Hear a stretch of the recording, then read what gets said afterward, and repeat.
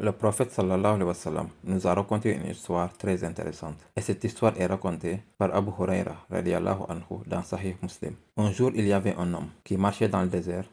Pendant qu'il marchait, il leva les yeux au ciel et remarqua qu'il y a un nuage au-dessus de sa tête. Il entendit une voix venant de ce nuage qui dit « Isri hadiqata fulan » Vas-y et arrose le jardin de telle et telle personne.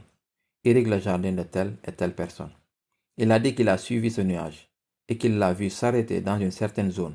Et tout d'un coup, il a commencé à pleuvoir. Il a dit, ce qui était intéressant à ce sujet, c'est que l'eau est descendue en quelque sorte sur une surface plate. Mais en même temps, l'eau rebondissait de cette surface plate pour former un flux d'eau.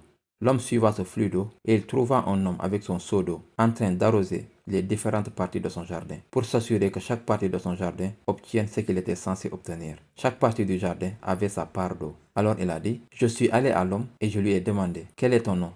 Il m'a répondu, mon nom est tel et tel. Alors j'ai dit, subhanallah. Il a dit, pourquoi demandes-tu cela? Parce que c'est le même nom que j'ai entendu du nuage. Et il a raconté à cet homme l'histoire. Et il lui a demandé, qu'est-ce que tu fais avec ton argent? Qu'est-ce que tu fais avec cette eau? Qu'est-ce que tu fais avec ton jardin? Et l'homme a répondu, Anzuru ila yakhruju minha. Je regarde ce qui en sort. Atasaddaqu bisulusi. Et je donne en charité le tiers. Akulu ana wa ayali min sulusi. Moi et ma famille, nous mangeons du tiers. Puis je prends le dernier tiers restant que je réinvestis dans le jardin. C'est-à-dire que j'y réinvestis le tiers. Nous pouvons prendre tant de leçons de cela. Numéro 1. Qu'aucune subsistance ne vous viendra sans la permission d'Allah subhanahu wa ta'ala. Pas un dollar dans votre compte bancaire ou dans votre tirelire quand vous étiez jeune. Pas une seule goutte de pluie. Pas une seule feuille ne tombera d'un arbre. Rien ne vous viendra excepté par la permission d'Allah subhanahu wa ta'ala. Votre subsistance est écrite et ça vous viendra d'une façon que vous ne savez même pas. Et ça vous viendra par des moyens dont vous n'avez aucune connaissance. Mais Allah subhanahu wa ta'ala continuera à donner la subsistance à une personne ou continuera à donner de la nourriture à une personne qui fait le bien. Une autre chose que nous remarquons, c'est que cette personne n'était pas vraiment riche. Ce n'était pas cet homme qui avait un grand jardin. Ce n'était pas un multimillionnaire. Parce que traditionnellement, quand on parle de charité, vous pourriez vous dire, je gagne que quelques centaines de dollars, je vais toujours à l'école, je ne fais pas grand-chose. Vous pourriez penser à vous-même, comment cela s'applique-t-il à moi? Parce que nous pensons que la charité ne s'applique qu'aux multimillionnaires et les gens qui sont riches. C'est comme si tout le monde regardait les docteurs dans les collectes de fonds pour voir combien ils vont donner. Nous avons ces images incroyables, sensationnelles, de grandes mosquées vraiment fantaisistes, avec de belles vidéos, avec des nasheeds en arrière-plan. Vous avez toutes ces choses dans les mosquées avec des minarets dorés, de sorte qu'une personne puisse être motivée à donner. Donc cela devient une sorte de charité aléatoire pour les gens riches. Mais dans l'histoire du début, dans le hadith du prophète, cet homme, c'est un homme simple.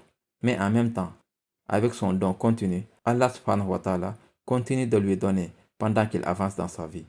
Et son investissement continue de croître. Et ainsi Allah subhanahu wa ta'ala le bénit.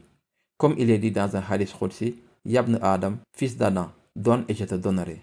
Donc le prophète sallallahu alayhi wa sallam enseigne, Man lam yashkur bil qalil, celui qui n'est pas reconnaissant avec des petites choses, ne sera pas reconnaissant avec des choses importantes. Donc si vous ne faites que 20 000 dollars par an et vous n'êtes pas reconnaissant avec cela, vous n'allez pas être reconnaissant quand vous faites 250 000 dollars par an. Ce n'est pas le point de la générosité. Le point ici est que chaque fois que quelque chose de bon vous arrive, vous donnez quelque chose pour la cause d'Allah subhanahu wa ta'ala. Et en même temps, vous êtes discipliné avec votre argent. Vous investissez avec. Ce hadith nous enseigne que c'est sunnah d'investir. C'est sunnah de construire pour votre avenir dans ce monde aussi. Et de ne pas être imprudent avec votre argent. Cet homme est incroyablement discipliné. Donc, être discipliné avec vos finances. Le prophète sallallahu alayhi wa sallam a déclaré dans un hadith à Abu Daoud que personne ne devrait recevoir un cadeau sans qu'une partie de ce cadeau soit pour l'amour d'Allah subhanahu wa ta'ala. Donc, si c'est un cadeau, qu'il s'agisse d'une augmentation de votre salaire, si vous venez d'être admis dans un très bon programme scolaire ou à l'université, assurez-vous que vous avez une charité constante qui sort de vos revenus, peu importe le montant, chaque jour de votre vie. Parce que la charité vous est imposée tous les jours.